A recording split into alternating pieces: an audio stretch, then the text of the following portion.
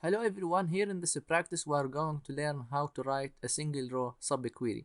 As we can see here we have two practices. Write a query to display the employee last name, hire date, department ID for all employees who were hired after the employee name Lee. So first thing, we need to identify what is the hire date of the employee name Lee. In order to identify the employees who were hired after the employee name Lee, we need first to identify when the employee name Lee hired. So first thing, we need to write a select statement that returns the hire date of the employee Lee. Select hire underscore date from table employees, and the condition is where last underscore name equal Lee. So this select statement will return the hire date of the employee Lee. Then we want to write the outer query. The outer query will return the employee last name, the hire date, and the department ID. So here select last underscore name, the hire underscore date, and also the department underscore ID from table employees. And the condition is where hired after employee name Lee. Were hired after, that means where hire underscore date greater than the hire date of the employee name Lee.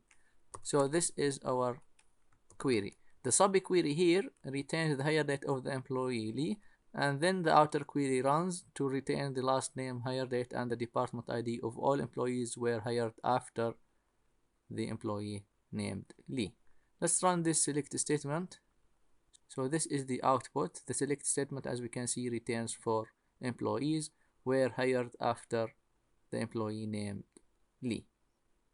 In the second practice, write a query to display the employee last name, salary, department name for all employees who earn more than or equal the average salary. Order the output by salary. So here we have to write a select statement that retains the average salary from table employees. We have to write select average salary from table employees. So this select statement retains the average salary from table employees. And then we want to write a select statement that displays the last name, salary, and department name. As we know, the department name exists on table departments, not in table employees. So in this case, we have to write a select statement that joins table employees with table departments to retrieve the last name, the salary, and the department name from both tables. So here we want to read select the last name. We want also to return the salary and the department underscore name from table employees, join table departments, and the condition is using department underscore ID. So this select statement returns the last name, the salary, and the department name for all employees. And here the condition is who earn more than or equal the average salary, and the condition is here where salary greater than or equal our subquery here. So this select statement retains the average salary from table employees, and the outer query here retains the last name, the salary, the department name for all employees where the salary greater than or equal the average salary retained by the subquery. We missed here S. Let's try to run this select statement.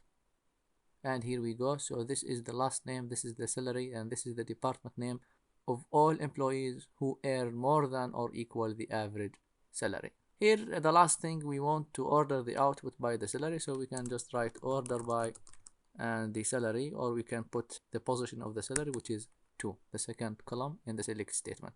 And then run the select statement again. And here we go. So this is a list of all employees who earn more than or equal the average salary. So in this practice, we learn how to write a single row subquery. I hope this video was informative for you, and thank you for watching.